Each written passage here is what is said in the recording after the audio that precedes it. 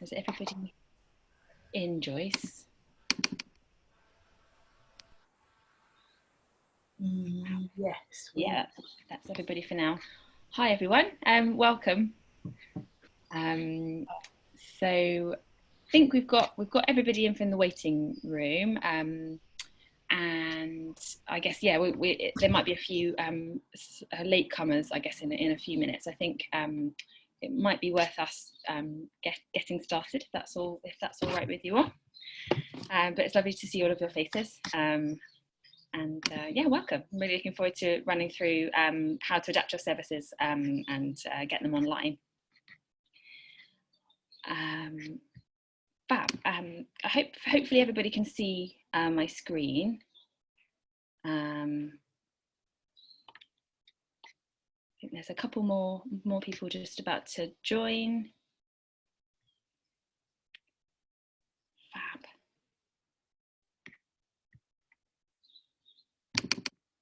Right. Okay.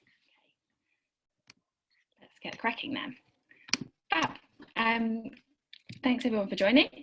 So I'm just going to run through a very quick kind of introduction. So I'm Tori from CAST. I'm also here with Joyce, also from CAST.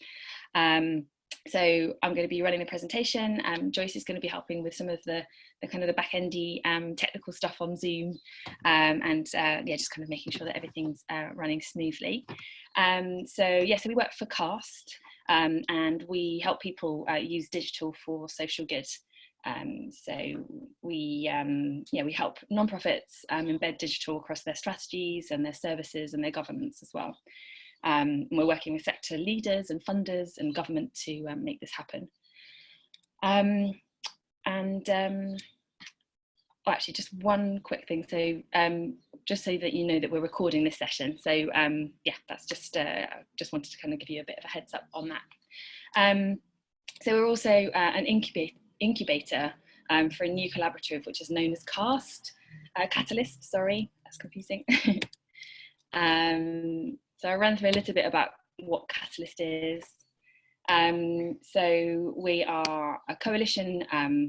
We're kind of bringing together major foundations, civil society bodies, agencies and the UK government to try and accelerate the use of digital across the UK's charity sector.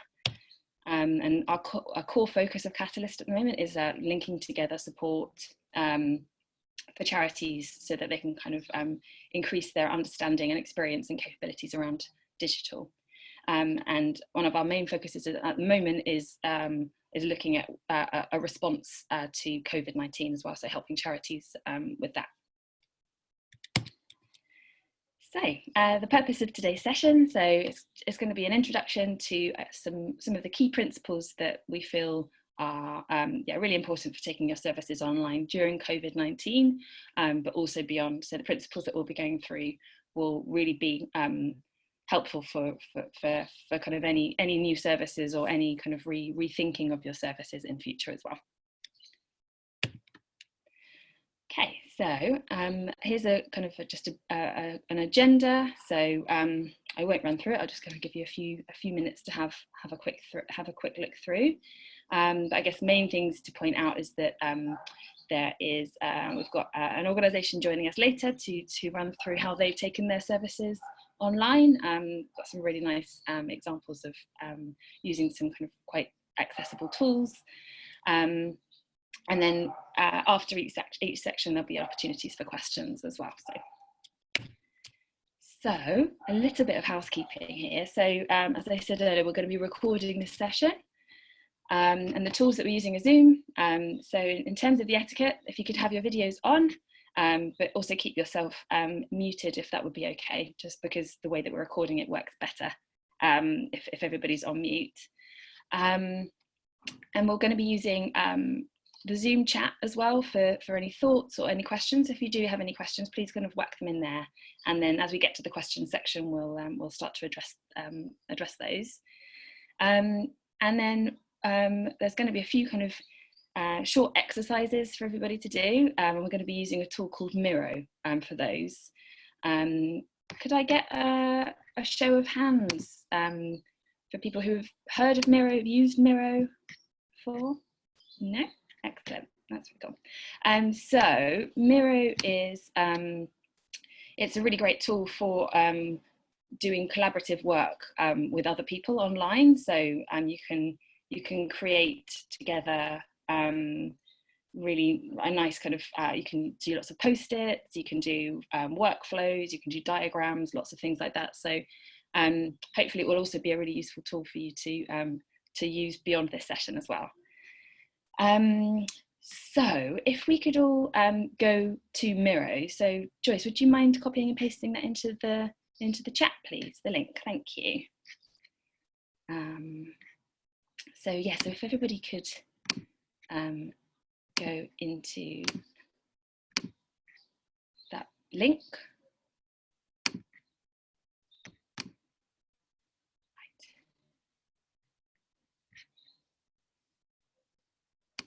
Hopefully you'll all be able to access it without any problems in terms of permissions or anything like that. You should be able to go in.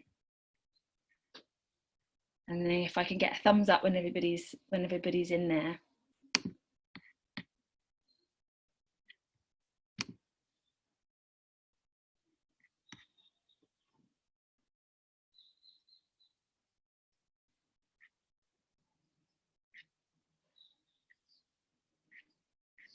Fab.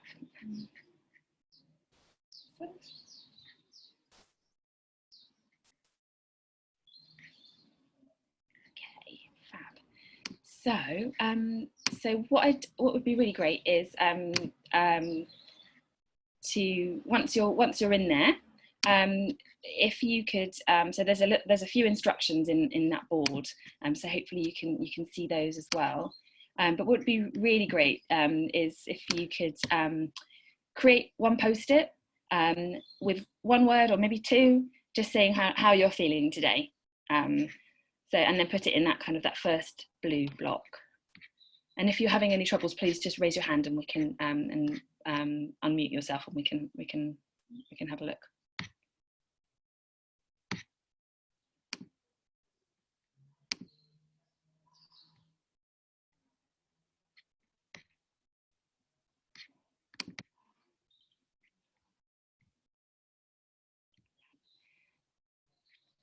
Excellent.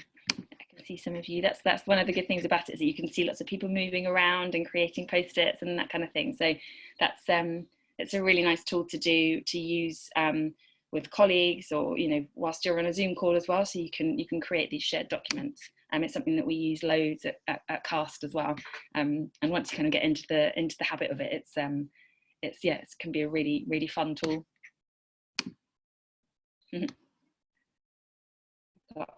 Good. And sleepy. Excellent. Fab.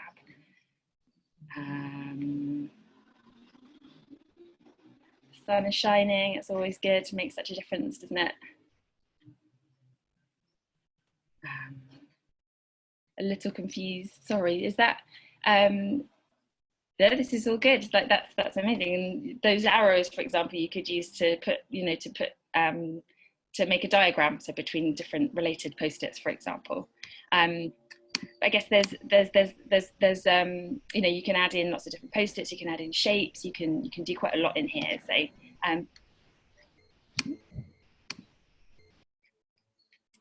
okay, Likit, that's absolutely fine. So if you can see, can you see Miro on my screen?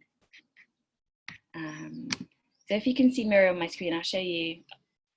You can create a post-it here. If you get that, and then you can go all the way over here and type in. So I'm going to say I'm feeling sunny today as well, because it's also the sun is shining here, which is great.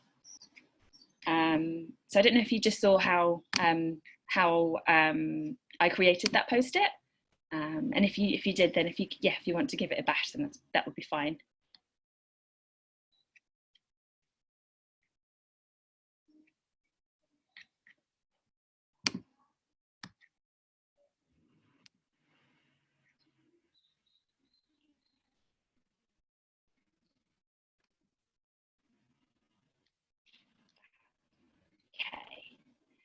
So I guess if we then if you can just move to the right of that screen where it says fears and opportunities, and just want you to do the same thing, I suppose, that you just did with that post-it, but add one in to the fears block to kind of, you know, if what are your kind of your main fears around getting your services online.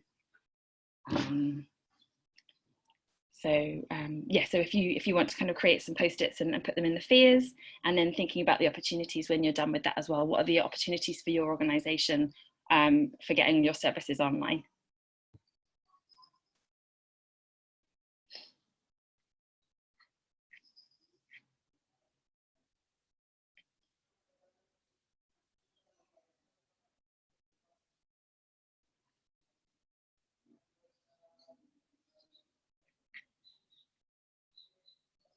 I see lots of post-its going in.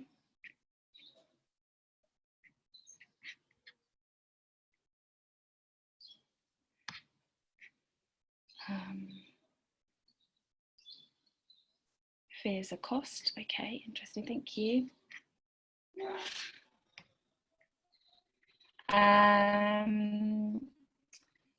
Lika, if I create a post-it for you, and then if you might be able to drag and drop it. So let me just try. So it says that everybody's a guest. So I'm not sure exactly kind of where you are, but I've just created a yellow post-it.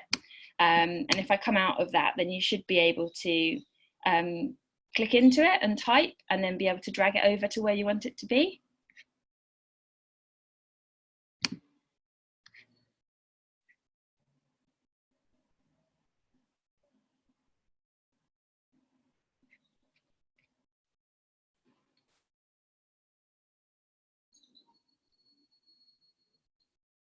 Fab. So we've got some really great post-its going into that fears one.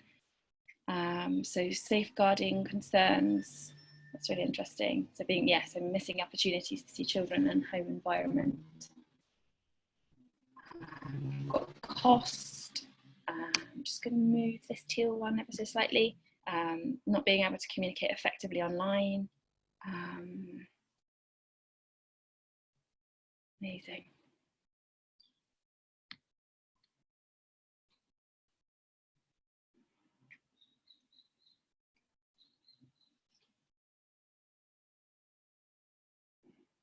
And in terms of the opportunities, we have a program ready to be translated into digital. Amazing. Saving time and money. New skills to members. Excellent.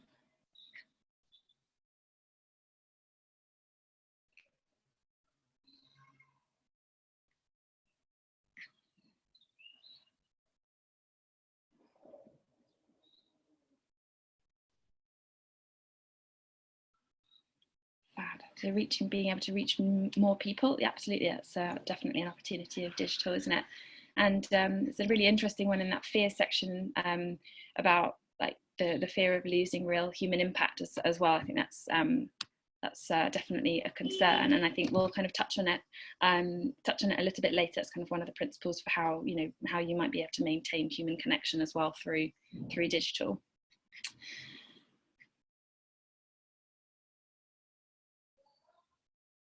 Fab. Excellent. Cool. Okay. Well, has everybody, it feels like that's kind of slowing down a little bit on the post-it front. So I guess if we go back to Zoom and back to the presentation, and kind of we can get started on some of the content.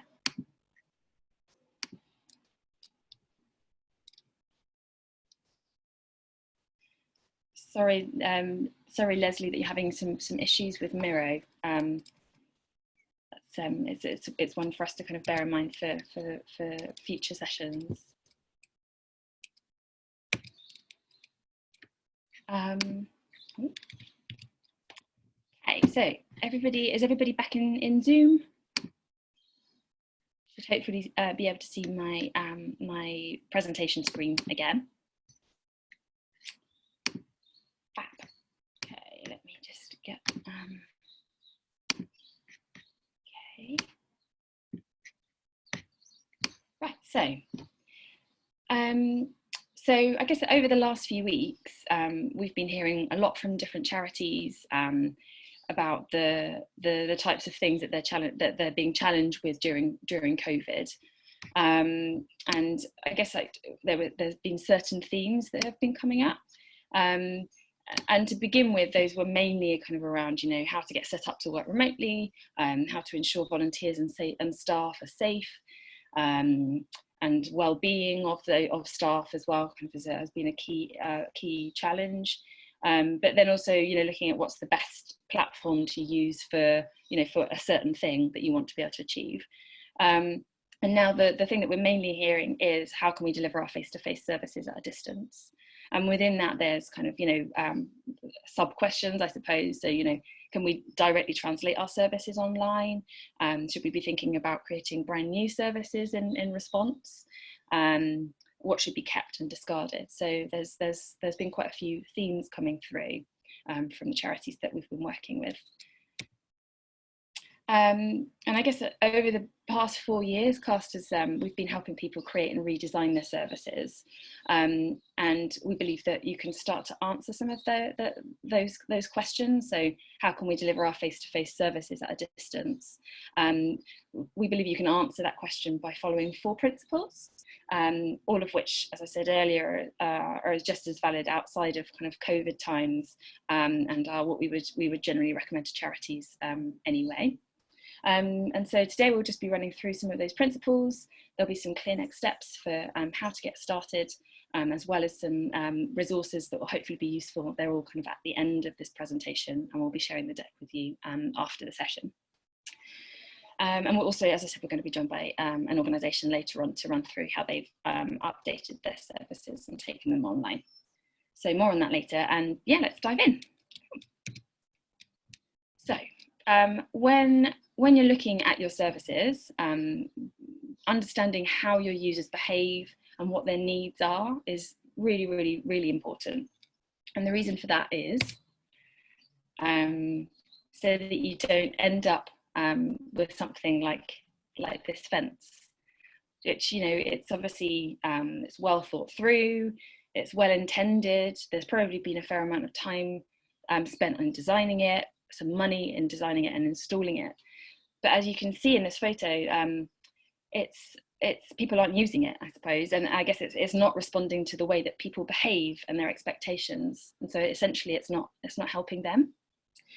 And so even before COVID-19, we've at CAST we've been talking about the importance of really getting to know your users before creating any digital service or product.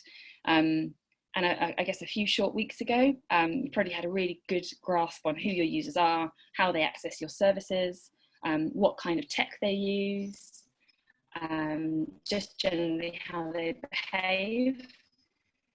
But I think with COVID-19, it feels like people's needs have potentially changed somewhat. And that means that they may need a totally different version of your service, or a slightly rethought one, exactly online using certain tools. But I guess that's why it's so important, I think, to do some quick work to understand your users' new needs and their new behaviours and circumstances before deciding what you want to do with your services. So, sorry, it's a bit noisy, it's a car going by. Before we get into the detail of understanding your users, just wanted to talk to you really quickly about this charity called Young Women's Music Project.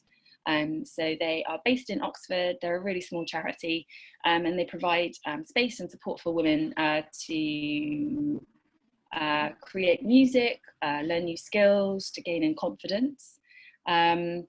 And when COVID hit, they realised that they were going to have to do something quite quickly with their services, and they decided to do 2 things. One would be to ask what their users wanted and needed from them, and another thing would be to actually have a look inside their organisation and think about what they could give to their users as well.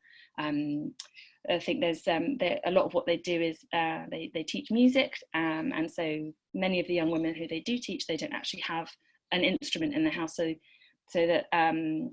they weren't able to continue doing the music lessons that they'd been doing previously. So they had to really kind of rethink what they were doing. And from listening to their users and looking at what they could provide, they've now started doing live ticketed gigs on YouTube, where they can showcase their artists. And they also run discussion sessions on Google Hangouts, and they talk about different themes each week, kind of celebrated women artists and musicians, and kind of opportunities for people to learn and I guess dive into more musical topics and themes. And around that, they're also running kind of social media. They send out resource packs and things for each week's topic. So really engaging with their users and making sure that they're staying engaged and positive and occupied at this kind of difficult time. So yeah, so I just kind of wanted to share that case study with you, as it feels like a really good example of a charity that's had to change quite significantly how they do engage with their users. But by consulting with their users, they've responded in a way that really suits them and continues to support them.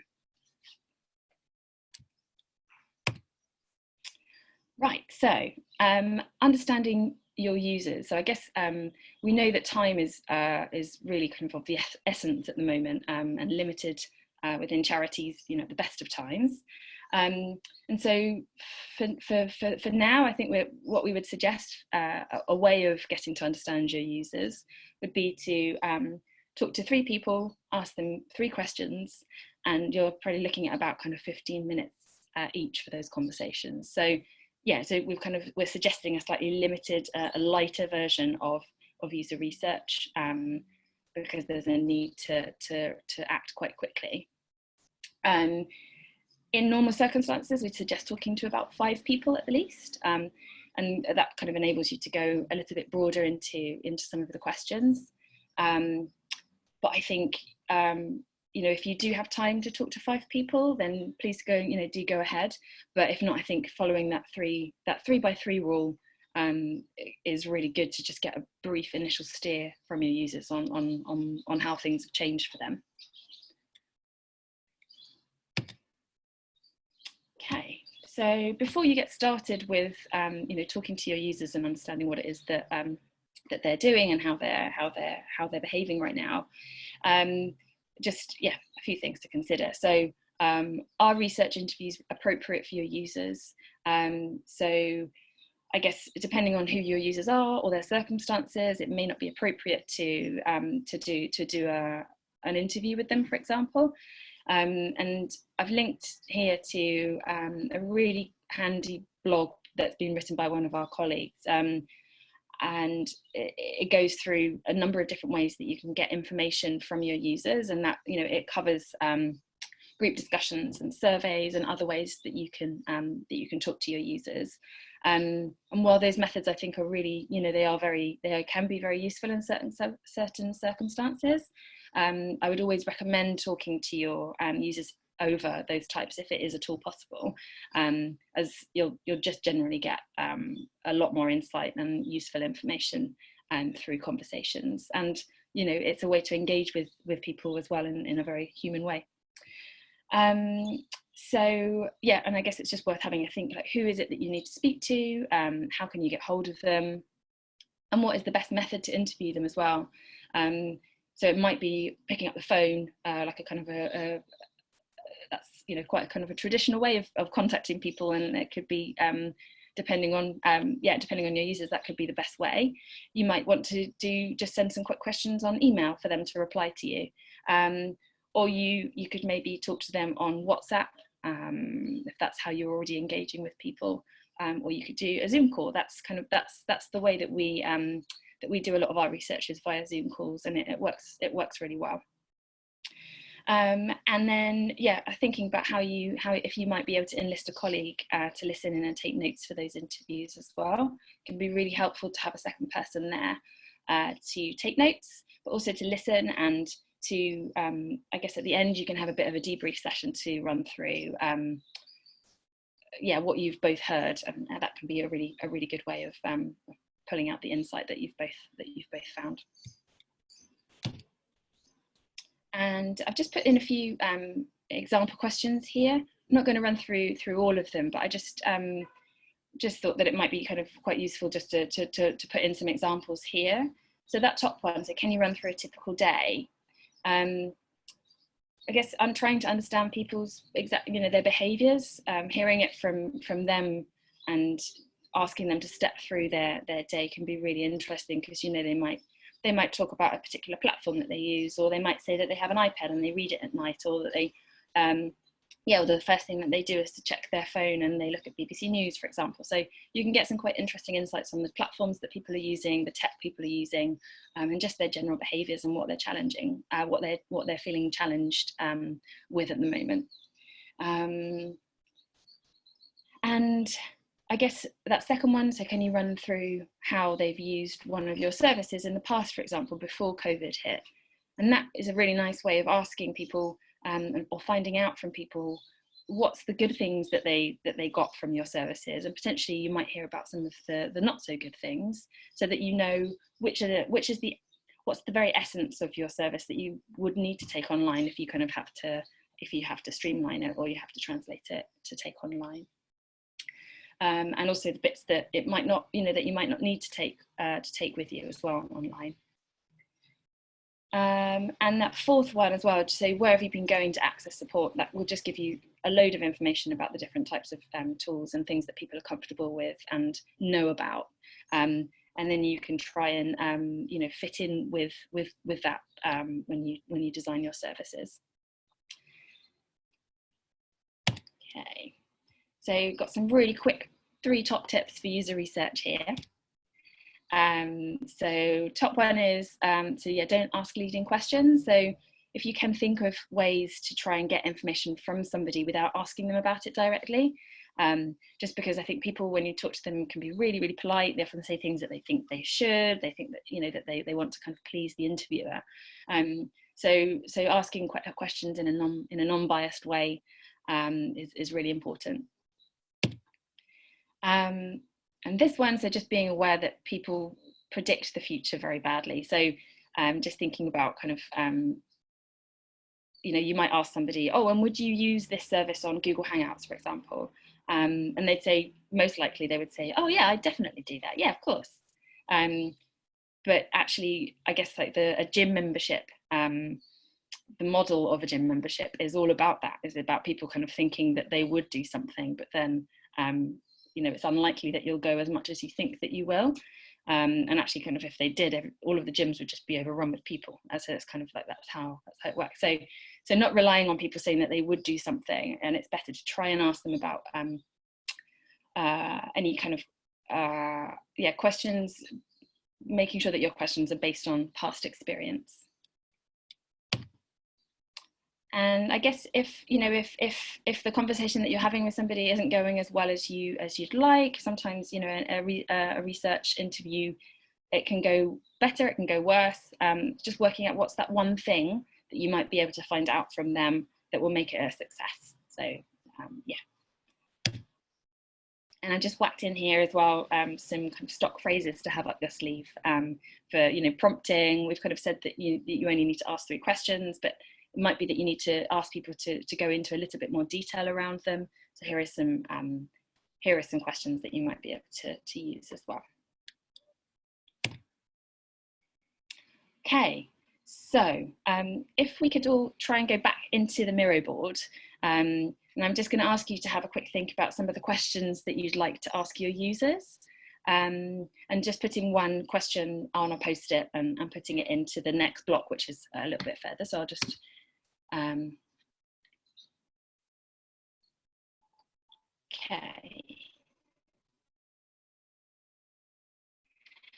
And I guess for anybody who isn't able to access the Miro board, you might want to just maybe if you've got pen and paper, you might want to kind of just have a think about some of the questions in this time. So you've got three minutes or so to talk about to have a think about some questions.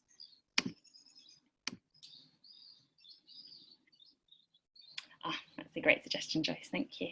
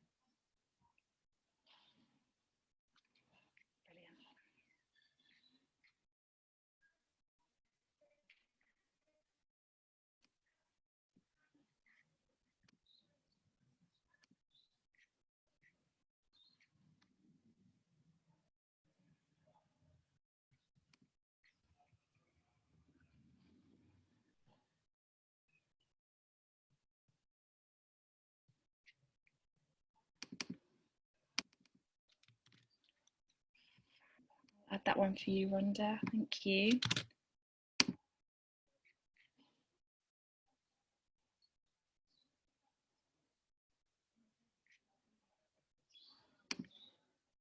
Brilliant. Just another minute or so on this, and I'll can have a quick read through.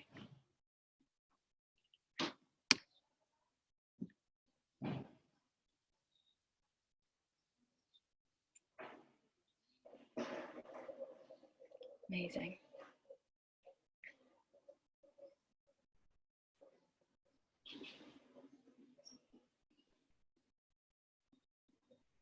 Excellent. Okay, so it looks like slowed down there on the post-it. So yeah, thanks everybody for adding in your questions. There's some really great ones in there. So that one particularly kind of, yeah, are there any barriers for you in accessing technology? That's a really interesting one to understand. Yeah, that one about kind of what's been most important in supporting you during the coronavirus. So that's yeah, asking people to reflect on what they found useful is could be really insightful for the research and for taking your services online. And I really like that. How are you really feeling and coping? Because I guess, you know, that's for a lot of services that human connection and that keeping in touch with people is just absolutely crucial. So so maintaining that in your conversation is really nice. Fab. Amazing. Well, thanks everybody for that. So if I can now ask you to go back to the presentation. So I guess there's so I guess once you've managed to get in touch with your users and to ask them the questions that you've got, I guess hopefully you'll kind of start to see some themes coming out from those conversations that you're having, and that will give you hopefully a really good steer on what are the things that people still need from you, maybe new things that people might need from you, and yeah, and kind of tools that you might be able to use that you know that they're already using and are comfortable with. And I guess some of those questions around, you know, technology, their ability to use technology, I think depending on the age groups that you're engaging with, that should hopefully give you some really interesting information and help you to work out what it is that you need to offer your users. Right, so just a kind of a quick slide on safeguarding. So for the research itself, we always recommend sending a consent form out before doing your research. We've added in a link in the resources below to a template consent form, which you can kind of copy and tweak with your organisation's information. And yeah, we just kind of find that it's good practice to do that in terms of GDPR as well, because you might be, if you're taking notes and things, you might be holding quite sensitive information. Just considering the impact of your questions on users. I guess you know your users the best. But I guess it's just bearing in mind, if there are any, if they're vulnerable, or if they might need some follow-up support afterwards, or resources to help them with their challenges. And then 3, so you've got abide by your privacy and safeguarding policies. So I think there isn't really very much different from what you would normally do offline. I think it's just bearing in mind that that you've got all of this, what you're doing. I think you just have to do a bit of due diligence in terms of some of the tools and the tools that you might be using to run the interviews that you're doing, but also then with your services as well. And we've linked it there to a really helpful blog, which is all about how to kind of risk assess any tools and things that you might be considering using as well. Right, so that's the real whistle-stop tour. But has anybody got any questions that they'd like to ask at this stage?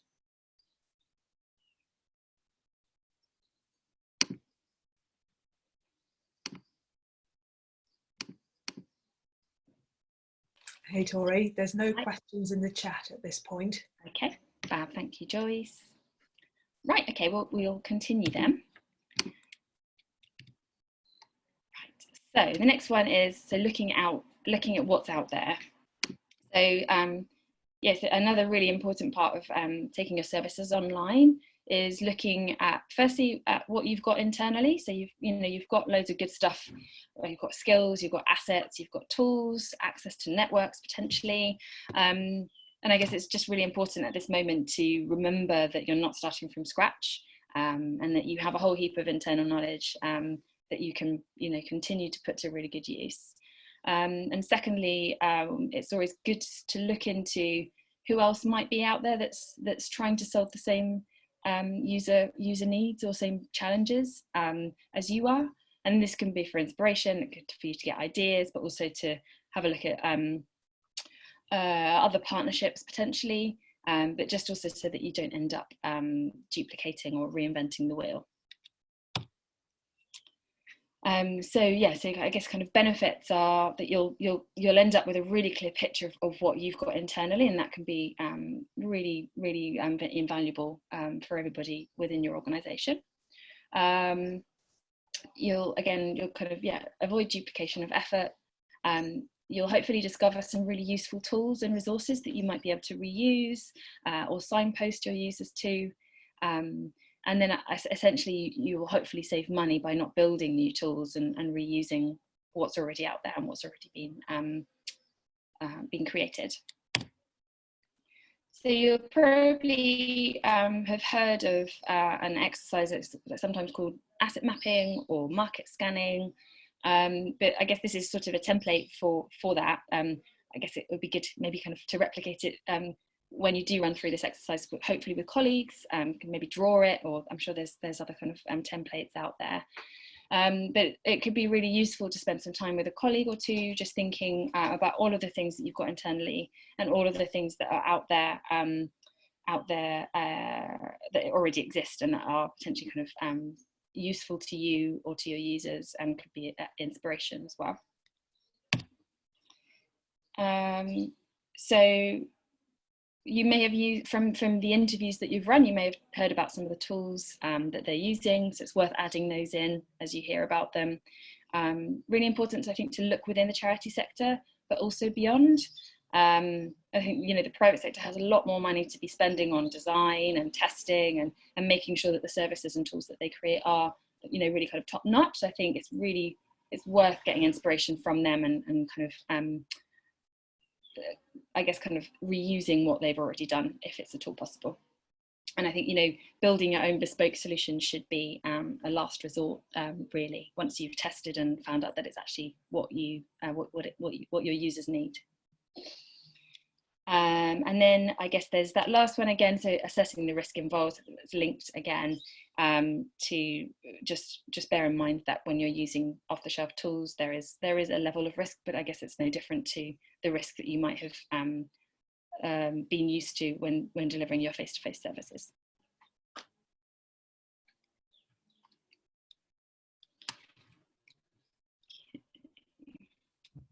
So I just wanted to run through a quick example here. So this is an organisation called, it's a Worthing Coronavirus Support Network. And I just wanted to talk about this as a really good example of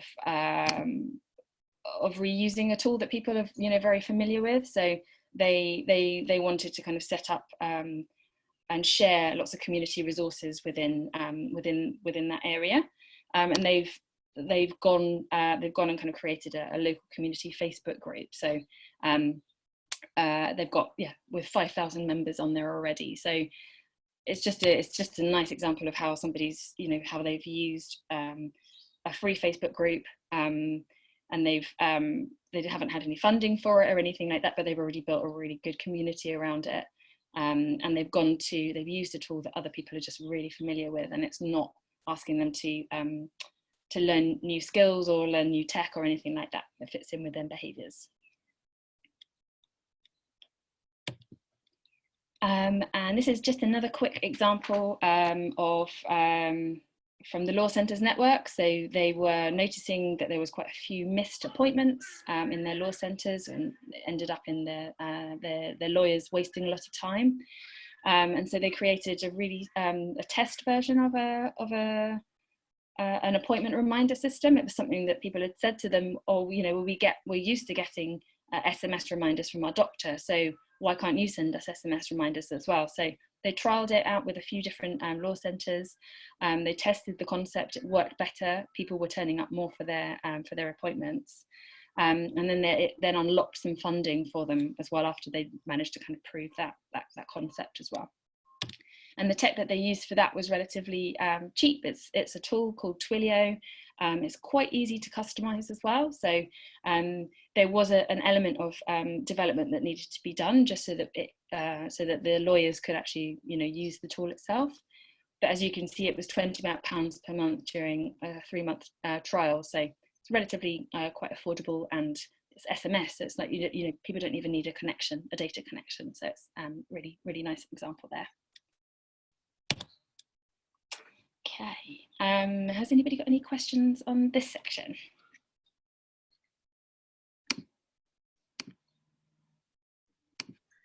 There's nothing in the chat at this point. Thank you. Right, so we'll carry on then. So starting small and taking incremental steps. So as we said in the understanding your users section, it's really important for new or tweaked services to respond to your users' needs. And I guess it's worth bearing in mind that you won't always get it right the first time, and that's fine. But I guess there's always much less risk if you start quite small and you build on your ideas if they do turn out to be successful. But if they don't, I guess you won't have invested huge amounts of time or money. So you can scrap an idea and start with the next one if necessary. So yeah, let's just talk about some of the notions of starting small. So this kind of animation or drawing here is kind of one of my favorites. So that top version, for example, so say you've identified that your users want to get from A to B quicker than walking. So that's their need. And you start to build a Rolls Royce, for example. So it's got amazing wheels, a sturdy chassis, upholstery, it's got fancy lights. It takes you quite a long time to design and build it. And when you release it to your users, they're relatively happy with what you've created. They're all right about it. But all that time that you've been building and designing, they've still been struggling with that problem. You've not been able to help them with it. They've still not been able to get to from A to B. So they haven't received any value from you. And on the flip side, I guess you kind of haven't received any input from people. So you're designing in the dark, I suppose. And in the example below, so you've still got that same user need, but you would create a skateboard and test it with users. That's is a quicker way of getting from A to B than walking.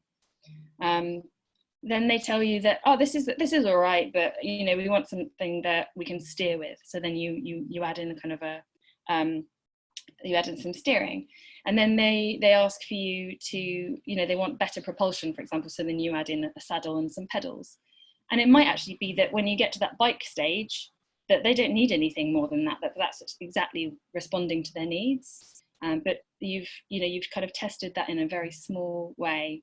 And found out what it is exactly that your users needed, and how they wanted to, how they wanted to kind of fix that problem. So I guess starting small is all about working out. Sorry, my voice is going. What's the smallest, cheapest thing that you can do to help your users right now? So what's your skateboard? And we talk about skateboard a lot at Castforce. Like, what's your skateboard? So then you can get that skateboard out there and you can start to test it with people, and tweak it as you start to get feedback as well. So that's kind of on that. And this is another I guess a process that we follow. So so that kind of top section, that top arrow there is about learning. So that's all about understanding your users, what they use, how they behave, and then building a small experiment for you to be able to test in a really, really cheap and quick way.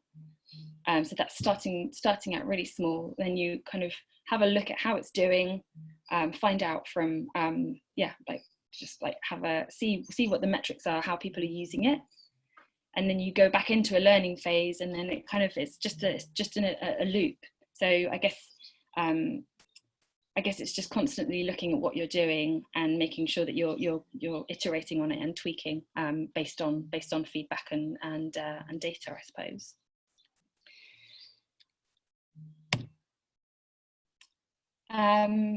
And I guess so. This is just another example from the Well. So the Well communities, they give support to people who are recovering from drug and alcohol addiction, and they provide therapy and counselling and other great services.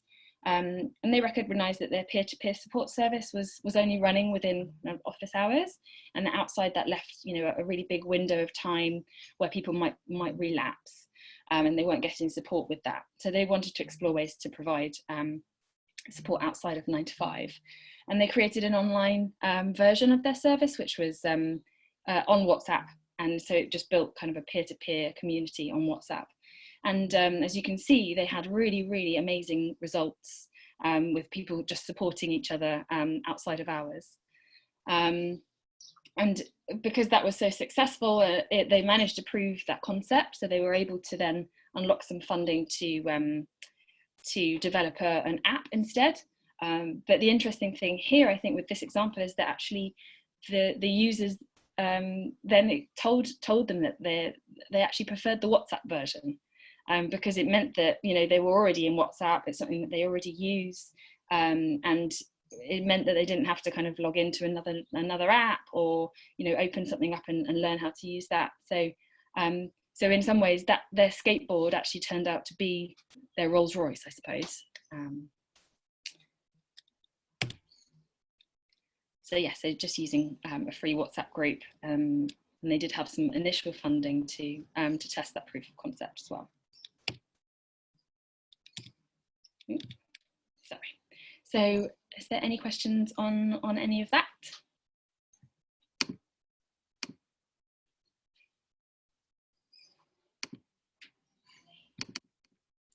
Okay, carry on then. Fab. So maintaining human connection. So just wanted to talk to you here about a project that's currently running. It's by a design agency called Deeper Design, and they're part of the Catalyst network. They're part of our network, and they've been spending a lot of time thinking about this problem here. So how can we rapidly ensure that charities' digital services are optimized for relational well-being? Just a bit of a mouthful, but I think that they recognise that many charities are having to rapidly move their face-to-face services online at the moment, and there's a huge risk that, you know, relational well-being that people would normally have got from those face-to-face services is getting lost. And I guess that it could have a huge impact, negative impact on the well-being of their beneficiaries. So there's this project running. I think it's running over a number of, I think it's about 16 weeks. I think they're four or 5 weeks in, and it's being run in the open. There's a series of online workshops that they're running to get design input, to get charity input, and they're discovering some really interesting things about how to kind of maintain a human connection through services. So there's quite a lot of things that they're recommending at the moment, and as they develop, I'm sure they will change as well. But I just wanted to pick out a few that I guess stood out to me as well, of ways that you might be able to continue to engage on a human connection basis with your users. So one thing is encouraging participants to share a warm mug of tea when they join an online call, or kind of whatever that is. And the reason for that is that they've uncovered that using senses really can create a connection. So it could be a warm mug of tea. It could be that it could be through kind of like smell or something like that. But that can often kind of create a great connection between two people who aren't in the same room. Again, discussing a past shared memory. So yeah, reliving a shared experience that connects the two of you, or a group of you. I guess engaging users to support each other as well and themselves. So I guess giving people the peer power. I think that's kind of what they're talking about. Yeah, so helping people to help each other as well. And then creating a sense of vulnerability as well on any calls or that you might be running on Zoom or anything like that. So one of the things that we do when as we're all working remotely at CAST, every team meeting that we run, we have what we call a whole person check-in at the beginning of the meeting, and we talk about how we're doing. We say anything that we don't really want to leave outside the room. So it could be, anything that's worrying us or that kind of thing. And then we also talk about how we're going to be looking after ourselves that day. So it might be kind of exercise, it might be calling someone, it might be lots of different things. And it creates a really nice sense of vulnerability and connection. And I think I certainly look forward to our team meetings so that we can kind of stay connected with each other while we're all apart. So as I said, those are just a few things of what's coming out of that piece of research. Really interesting stuff. And Deeper are actually, they're looking to get involved with some support and kind of testing out with charities. So if this sounds like something that could be of interest to you, then please do get in touch with them. I've given there's some links to their Twitter and their email, and there's also a link to their full presentation as well, which has got all of the background and lots more information about different elements of human connection in there. So please do get in touch if you would like some help with keeping some of those elements in your services. Fab. So that is that's the majority. I'm gonna be quiet for a while now, and I'm gonna hand over to our wonderful case study. So we've got Debbie Watson joining us today from Wednesday's Child. That's an organisation that supports people with eating disorders, so through coaching and recovery events and school-based education. And yeah, they're doing some really cool stuff with their services. So I'm really excited for you to be able to hear what Debbie has to say. So I'm going to put myself on mute, and then I think we're going to get Debbie unmuted. Thank you, Debbie. Hi everyone, can you hear me all right? Can you all hear me okay? Yeah, super, getting lots of thumbs up, that's good. If I suddenly panic, then it's only because I'm noticing things like work from home, you suddenly get a knock on the door from a delivery driver, or I've also forced my dad to be on lockdown because he's got cancer and he's over 70, but I did get a phone call last night saying, I'm sick of this, I'm going to come and see you. So I have banned him, but you never know. Anyway, I just thought I'd let you all know. Okay, so Wednesday's Child, we're a not-for-profit organisation supporting sufferers of eating disorders, which isn't a very pretty word, sufferers. I haven't found the best one, unfortunately. Or people that are caring for somebody with an eating disorder or want to know more about the world of eating disorders. We've been going just over a year, and it would be fair to say that we went into it trying to reach our audience in multiple ways, in that we didn't just want to be face to face. There tends to be a thing, I don't know if any of you have ever known anybody that's had an eating disorder, but some of the parallels relate really closely to things like autism. And people with eating disorders can often find it really difficult to come in person to activities and events. So we always knew that an element of the work we needed to support would be via phone and potentially via things like Zoom. So I'm no alien to Zoom, and certainly a lot of our work had a potential to be conducted that way anyway. And over the year, we've built a good steady group. Or audience, I should say. We've used social media really strongly. We've got a private group, given the nature of who we are. We have a very busy private Facebook group, which people can only kind of get into once they've followed a certain process. And then we run some real, live, physical, face-to-face events and meetings. So we do things like supportive suppers. So we'll take over a cafe or a restaurant for a maximum of 12 people so that it's not too overwhelming, and we have that place exclusively, and we'll have a key speaker, and we have a very light meal, and we talk about issues around kind of how they're feeling and give some sort of help and support.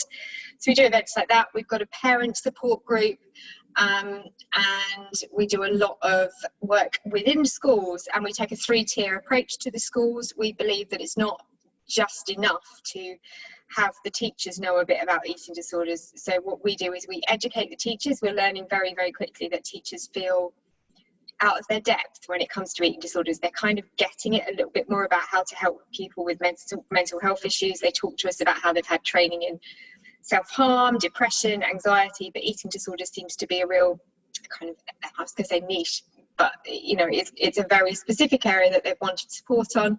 So we train the teachers so that they can understand more what signs they might spot, and we deliver assemblies for the young people and PHSE sessions about talking with your peers about body image, diet, dialogue, all those sorts of things to prevent eating disorders. And then we do the third part of that, which is making sure parents understand, because however far on we are the mental health journey, there are still a lot of people that look at something like an eating disorder and consider it to be something that is a selfish act and is a choice. So there's a lot of education that we have to do around that, just to sort of diminish the stigma. So there's a lot of, so we're doing, on the one level, we're doing kind of that education piece, and then the other level is that practical support piece of people being able to call us or have a physical face-to-face appointment with us and get sort of connection with us. So I felt we were doing really well pre-COVID. We'd built up this real connection, we got relationships, and that's just vital, because it's all about, as Tori was saying, it's all about person to person. It's about building that rapport with people, and COVID could potentially have threatened that. A lot of people were currently seeing us as well as statutory healthcare services, or perhaps were even in residential treatment, and a lot of them, as soon as lockdown came, were pretty much thrown out the system. So anybody that was close enough to the wait was kicked back out to their families, and anybody that had been seeing their GP regularly was told, you can no longer go in there. So our support became more important than ever, because they weren't getting any other touch point. So what we did is moved everything that we had already been doing face to face, I would say, bar our supportive suppers. We haven't managed to do that one online yet. We've not moved to that. I think that would be just a step too far at the moment. But we've moved all our support groups and our one-to-one work online. So our website, if you want to take a look, feel free. It's really, we've worked pretty hard to speed up the nature of our website. It was I was quite pleased with it. It's quite a sort of pretty looking, useful website, but we accelerated the process at which we started using things like the booking system, so that people could book on either for phone calls or Zoom consultations. And we put some more resources on there. We created like a flip book which is like a how to manage yourself during COVID. We made our helpline available, which actually we'd only just been in early consultations with someone on a 24/7 phone line, so we were able to speed that up, so we were lucky with that. And then we moved all our physical support groups, like our parent support group, into a Zoom scenario. And initially I worried at how people were going to react to that, but I'm almost at a point, and I think many businesses are going to be like that, of thinking, wow, people engage in this so well. I'm wondering whether people will ask us to continue that, whether or not, you know, we're kind of back in the room with people to a certain degree. But the nature of this is I'm based in Suffolk, which you could say is out in the sticks for some people, but all of a sudden our audience has exploded, because we could say on social media that this parent group that we were running for a dozen people in Ipswich in Suffolk, well, now we can open it out to 50 people or 100 people if we wanted to. So all of a sudden geographically that's grown, which therefore has grown our marketing and PR reach. So suddenly we're getting kind of paid inquiries, so that's helped us no end, because there's no geographical boundaries.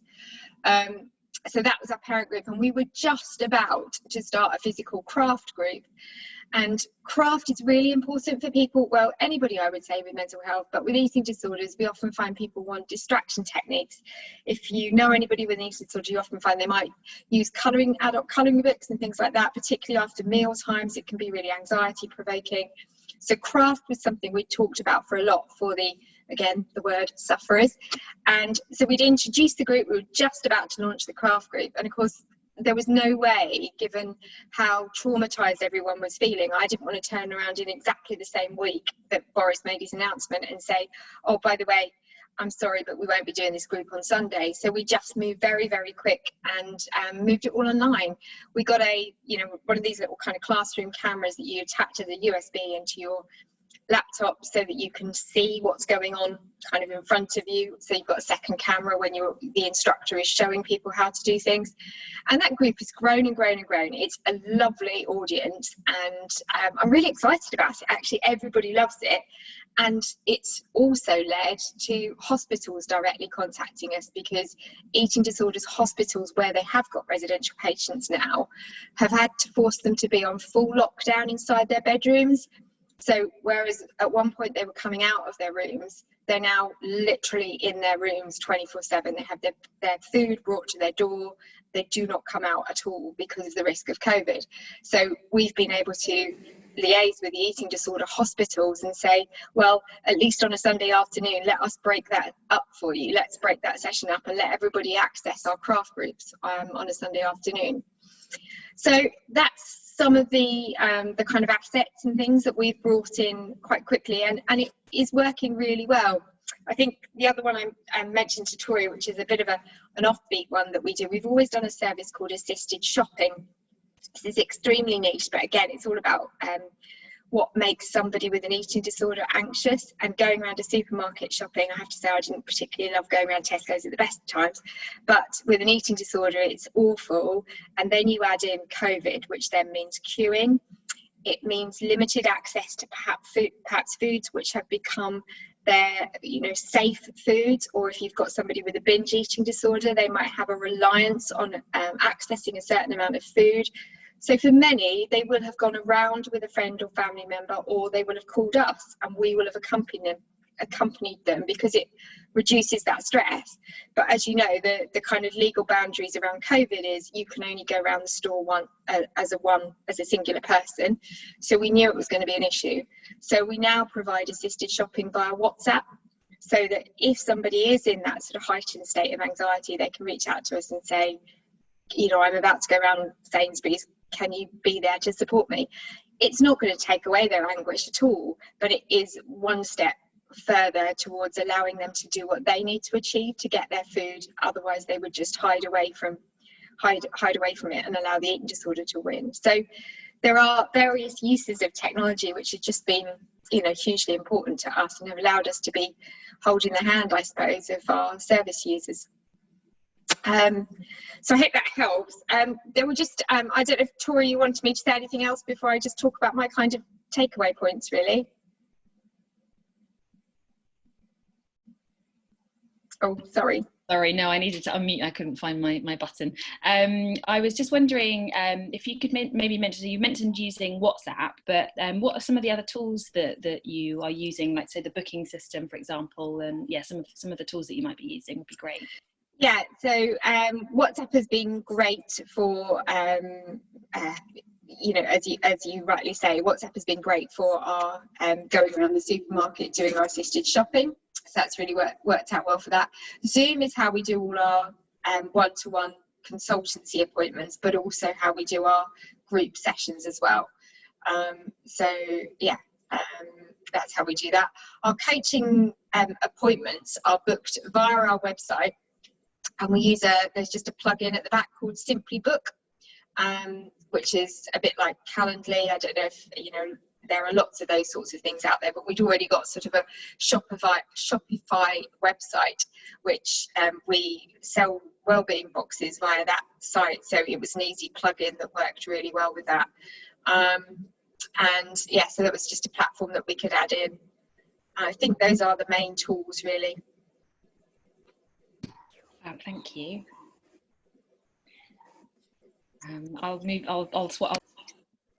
I'll change the slide to the next one.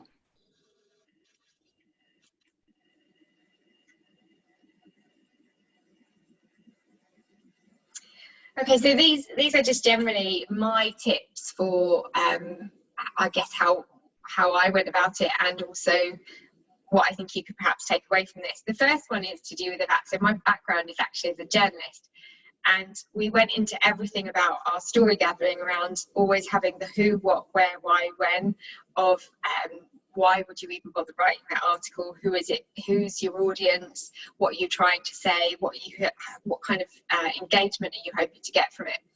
And that who, what, where, why, when mantra has sort of stayed with me in building Wednesday's Child, and it's been really important in this particular journey through COVID, because it stops me going down a rabbit hole of worries of what's important and what's not. So you know, at any one time, you've got to ask yourself, you know, what is it that people need right now? And where do they hang out? So how can you engage with them? Why are they going to love you over someone else? And when are you going to reach them best? So particularly in terms of social media posting or making your helpline available, when is it that it's going to be most important for them? So even understanding that people with eating disorders are going to have their kind of crisis time related to sort of meals and early evening. So really understanding your audience is critical, and we keep that sort of top of mind with whatever we develop. The other thing is staying personal. I've touched on it before, but obviously the very nature of when you're helping somebody with a mental health issue and you've built up relationships with people already, you can't allow the tech to distance you from that rapport. There's no excuse for not being fully empathetic and relatable to that person, because they really want you. They, as much as they want sort of a machine and whatever, you've got to realise that actually it's not always going to be enough. So I do make sure that they're very aware that, you know, as soon as this is over, that we'll be meeting up in person, and I go beyond the Zoom calls or whatever it might be, just to make sure that I can stay as in touch with those people as I possibly can and make it as personal as I can. The third point is another sort of must do, and again, background in journalism and PR, so I always say, tell the world. There's no point in doing all this exciting stuff and being really agile and changing what you're doing and responding to COVID and, you know, flexing and pivoting and then not telling anyone. I always say that the example is a bit like kind of throwing the most amazing party and then forgetting to invite anybody. You know, you're sat there with the fruits of your labour, but you've got to shout about it. And some of us aren't comfortable with that, screaming and shouting to the world, but actually social media is your friend right now, and your local, you know, press or your trade media. It's really important that people know what you're doing. And then the final one is you don't. And I say that because I've been guilty of it in my past professionally. So often if I'm thinking about changing something or changing a service, changing the way I do something, considering whether this might be a new way, I make the mistake of procrastinating. So I'll think about 100 different ways of doing something. And I was already improving in that journey, but I think COVID has just taught us all there's no bloody time to procrastinate when we just need to just get things done. Ultimately, any procrastination is another roadblock to helping the service users that we're here to help. So I'm actually, although I look at some pieces of the technology we've done, and some bits that we did on the website, and I look at the way we've gone about the initial Zoom calls, and I am learning. So 6-7 weeks on, it's a damn sight better than it was, but it's better to get yourself out there, get on with it, and fail fast. I think every entrepreneur says it's not about being successful first time. But fail fast and move on and learn and develop and change from there to improve what you've learned. So those are my takeaways. I hope that helps. I don't know if anybody's got any questions, but yeah, that's the yeah. Thank you so much, Debbie. It's really great to hear what you're up to. Has anybody got any questions for Debbie? We've got a little bit of time for some questions.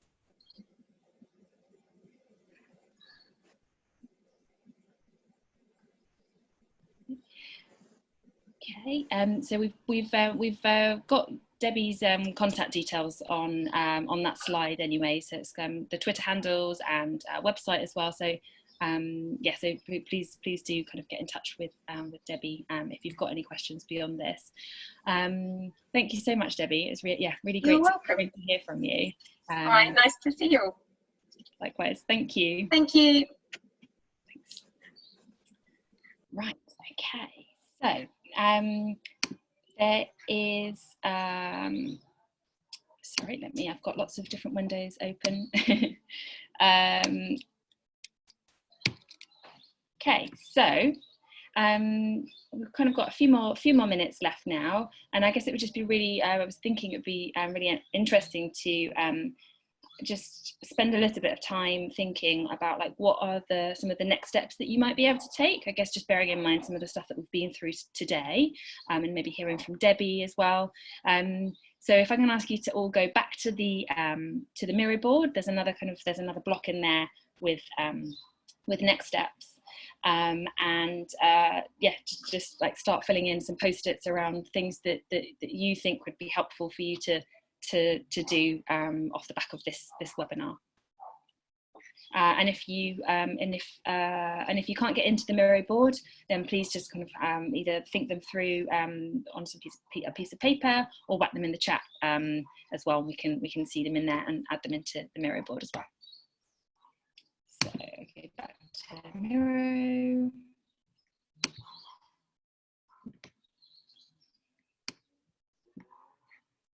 So we're looking at this block here.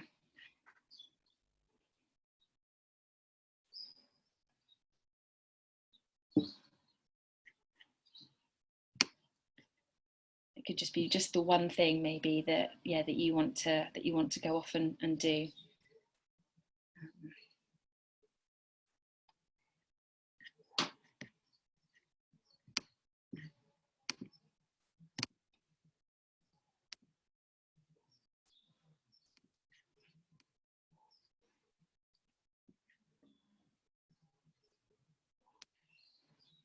So there's something there about getting feedback from clients.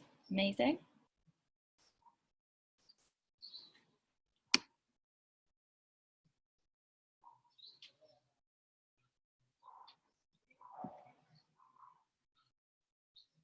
I'll add your one, Leslie.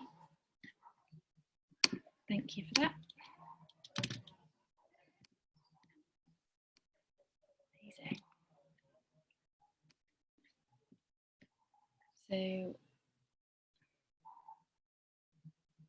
So understanding users barriers to tech, that's really good. Yeah. Finding an interactive tool, but maybe it's Miro. Amazing. That's really cool.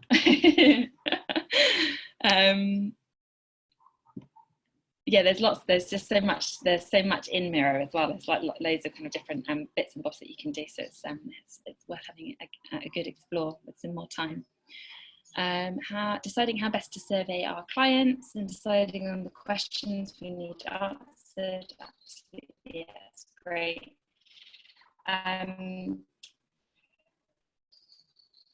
in the resources as well, on, I guess, in that we've linked to a bunch of resources at the very bottom of the deck or the presentation. And that's got a link to a framework for putting together some questions, consent forms. There's also a video in there as well for how to do user research. So there's a whole bunch of hopefully useful things in the resources too.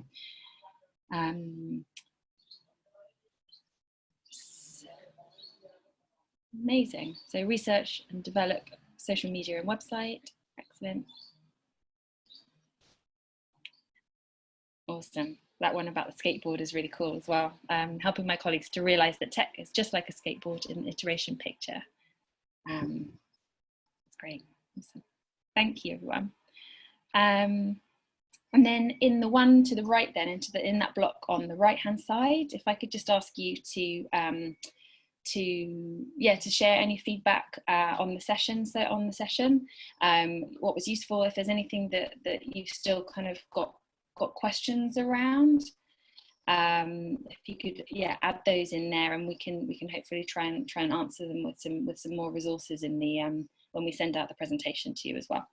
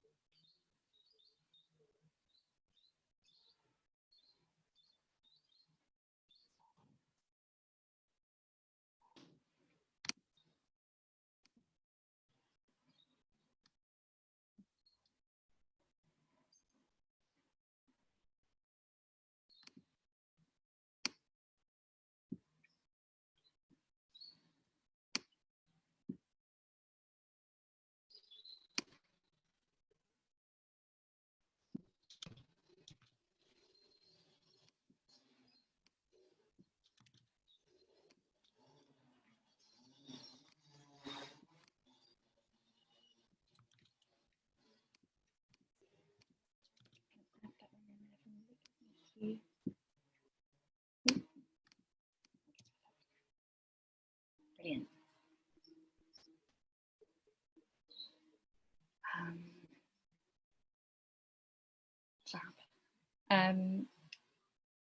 Excellent. So Wednesday's childhood session was really useful. Really glad to hear that. So there's one in here around how easy and difficult it is to deliver a webinar.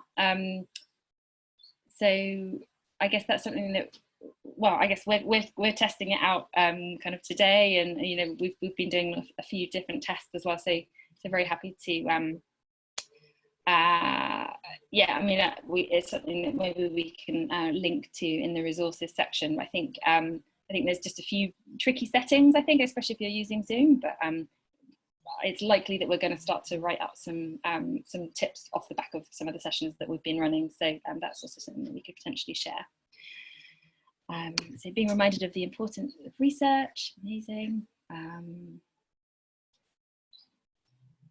And there's a question in there around safeguarding issues as well.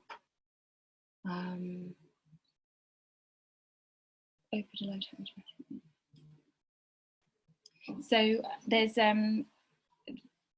quite a lot of there's some resources in there around safeguarding at the very bottom of the presentation, and I guess if it's worth, it might be worth maybe just understanding the type of charity that or the service users that you're working with, because I know that there's a whole bunch of I guess kind of service user specific resources. So around there's a lot of work going on in domestic abuse charities around safeguarding. So if that's particularly relevant, that's something that we could kind of dig out some resources for you as well. But yeah, I don't know if that's if that's something that would be helpful, then please give me a nod or get in touch with us afterwards. Brilliant. Okay. So just going very quickly back to the deck then. I guess, are there any other questions that that you'd want to kind of ask right now to run through? There's a couple of things in the chat. One is around upskilling of staff to be able to develop new ways of working, from Leslie. And there's a question from Rhonda around tips on running videos on Zoom. Okay, so that's really great, thank you. So upskilling of staff to be able to develop new ways of working. So I think on that, it feels like, I guess, leading by example feels like a really important kind of way of doing that. So I think, you know, if you can show different tools or different ways of working yourself, then, you know, you might be able to kind of get people excited about those different ways of working. And I think there's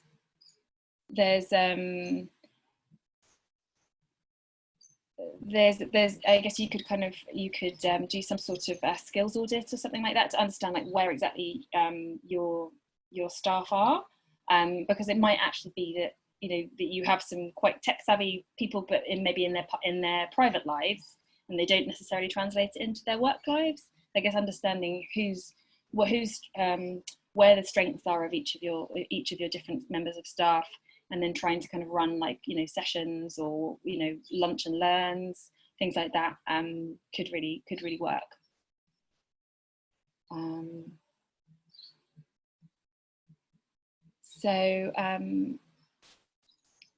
And then so that one on running videos on Zoom.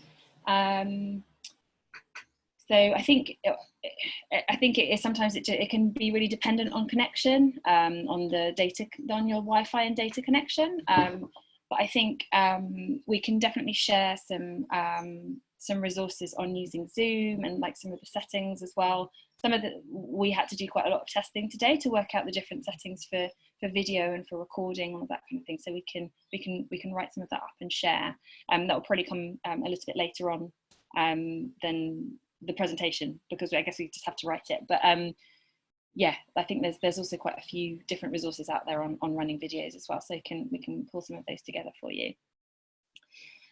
And that then as well, safeguarding advice for delivery of online support and live chats. Yes, that's definitely something that we have access to. I know there's been some workshops run by Ava recently around safeguarding specifically for domestic abuse charities as well. So I can dig those out. And yeah, there's quite a few resources as well in the bottom of the presentation, and I'll just very quickly just run through a few of those now, so you can kind of get an idea. There's quite a few in there, but hopefully they'll all be useful in some way. So there's some further training options. So there's online design hops that we run. That's kind of it's mostly self-guided, so it's something for you to run through. It will be going through a lot some of the content that we've been talking about today in more depth, with some guided exercises around that as well. And that's absolutely free. And then we've also got there's a great resource just pulling together lots of different training sessions that you might want to access. A link there. There's a whole bunch of resources here of some of the things that I've mentioned throughout as I've been talking, and some additional ones as well, all based kind of depending on the topic. So there's lots in here about safeguarding resources. We'll pull out some more specific ones for youth and for domestic abuse charities as well. And then there's some ways of accessing peer advice and support as well. So there's NCVO, there's Digital Candle, which I'd really recommend using if you've got doubts about a particular tool or safeguarding or anything like that.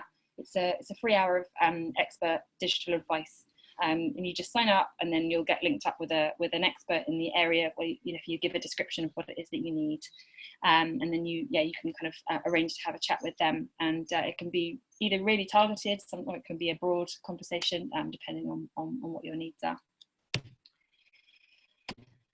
And And then there's Digital Charity Slack, which I don't know if you've heard of, but that's a really great community where people just ask questions and everybody gets involved. And yeah, it's a nice way of getting quite targeted advice from colleagues and peers. And Coffee Connections as well. That's every 2 months we link 2 people up to go for a coffee, or an online coffee at this stage, and that's a nice way of kind of meeting people within the sector that you perhaps wouldn't meet in another way. And then we've also got in here some free how-to guides on Zoom, Google Hangouts, lots of other things as well. So that could be useful as well. Fab. Okay. Yeah, so Joyce, yeah, thank you for that, Joyce. That's really helpful. Yeah, so if you do have any other topics that would be useful, then please do whack them in the chat before you go.